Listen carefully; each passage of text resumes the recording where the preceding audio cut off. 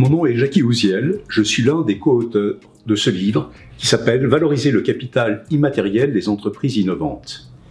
Nous avons coécrit cet ouvrage avec deux autres auteurs que sont d'une part Bernard Attali et d'autre part Gilles Trigano.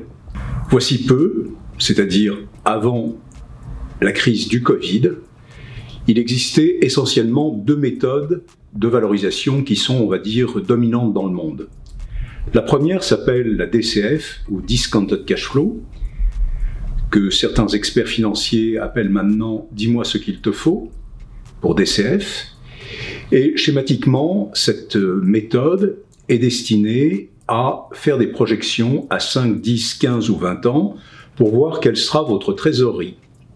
Il est clair que dans cette période que nous vivons, qui est une crise sanitaire qui risque de recommencer, une crise économique avec des conséquences sociales, la plupart des entreprises, et notamment des entreprises innovantes, ne sont pas capables de savoir comment elles vont finir leur exercice, voire finir le mois ou le trimestre.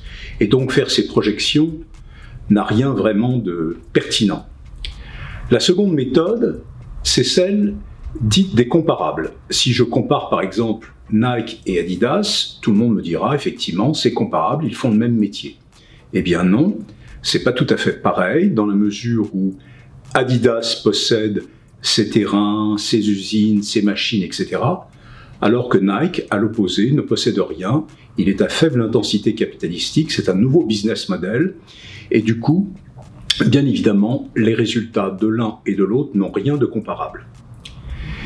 Il fallait donc trouver une méthode nouvelle, et cette méthode est celle dite des actifs immatériels stratégiques. Schématiquement, j'ai entraîné avec moi les autres co-auteurs, qu'a supervisé un ami expert comptable commissaire aux comptes Stéphane Bélanger, pour voir quelle méthode serait pertinente de nos jours. Alors, nous sommes partis fondamentalement de la notion de goodwill. C'est quoi le goodwill schématiquement? Lorsqu'une entreprise est cotée, sa valeur dite de marché, qui peut varier bien sûr en nanosecondes, à la hausse comme à la baisse, cette valeur de marché est définie comme suit. C'est le montant de ses capitaux propres majoré d'un goodwill ou minoré d'un badwill.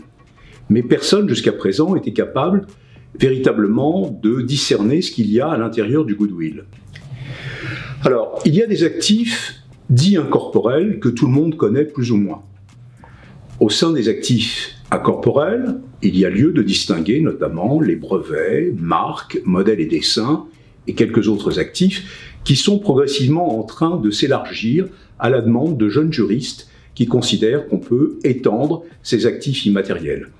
Un exemple, les noms de domaine viennent d'être reconnus par la Cour de cassation comme un actif incorporel, alors que beaucoup d'actifs dits intangibles ne sont pas dans cette catégorie qui est comptablement, juridiquement reconnue. Je voudrais tout de même m'attarder quelques instants sur ces actifs incorporels.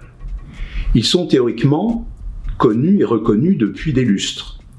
Simplement, certains actifs immatériels, tels les marques, lorsque l'on crée sa marque, qu'elle s'appelle Coca-Cola ou Apple ou ce que vous voudrez, eh bien, schématiquement, ces marques créées n'apparaissent pas à l'actif du bilan. Il y a là un paradoxe pour le moins, puisque ces éléments constituent parfois l'essentiel de la valeur des entreprises.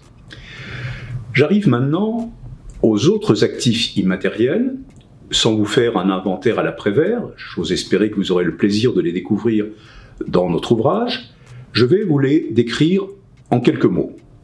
Ce qu'il faut préalablement indiquer, c'est que l'ensemble de ces actifs immatériels, intégrant bien sûr les incorporels, représentent désormais plus de 85% de la valeur des entreprises.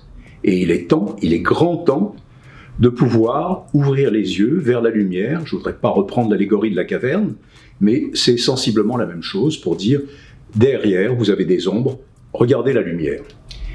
Et donc cette lumière est importante et il y a des actifs immatériels qui ne sont pourtant stratégiques et essentiels, qui sont pourtant donc, comme je le disais à l'instant, non pris en considération par les normes IFRS ou US GAAP.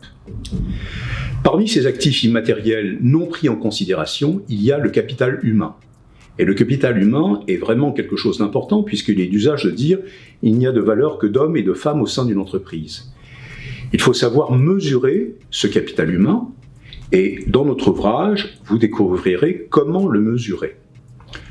Sans aller trop dans les détails, le capital humain est une symbiose de 3 éléments: le recrutement, l'intégration et la formation. Bien évidemment, ce capital humain va varier et fluctuer dans le temps pour tout un tas de raisons. Et il est important de savoir quelle est cette valeur, et donc vous trouverez dans l'ouvrage la méthodologie pour valoriser le capital humain, que vous soyez à la direction des ressources humaines ou, bien évidemment, au COMEX. Parmi les autres actifs immatériels, citons les suivants. Le capital client, qui sera essentiellement basé comptablement, financièrement à partir du chiffre d'affaires, mais que l'on va pouvoir pondérer en fonction de la récurrence ou de la non-récurrence du chiffre d'affaires. Il y a le capital sourcing, c'est-à-dire ni plus ni moins que les achats consommés. L'un et l'autre vont constituer ce qu'on appelle le capital relationnel, qui permet de valoriser l'écosystème que le chef d'entreprise et son équipe ont constitué et qui a de la valeur en tant que tel. Et bien évidemment, en dehors de ce capital relationnel, nous allons traiter du capital organisationnel, qui s'inspire de la valeur ajoutée, et toute une série d'autres actifs immatériels qui nous semblent aussi stratégiques. Nous avons cité parmi les incorporels les brevets et marques, mais il y a également le capital média, il y a également les bases de données, il y a également les logiciels, qui sont souvent assimilés à du droit d'auteur, tout au moins en droit européen, et toute une autre série.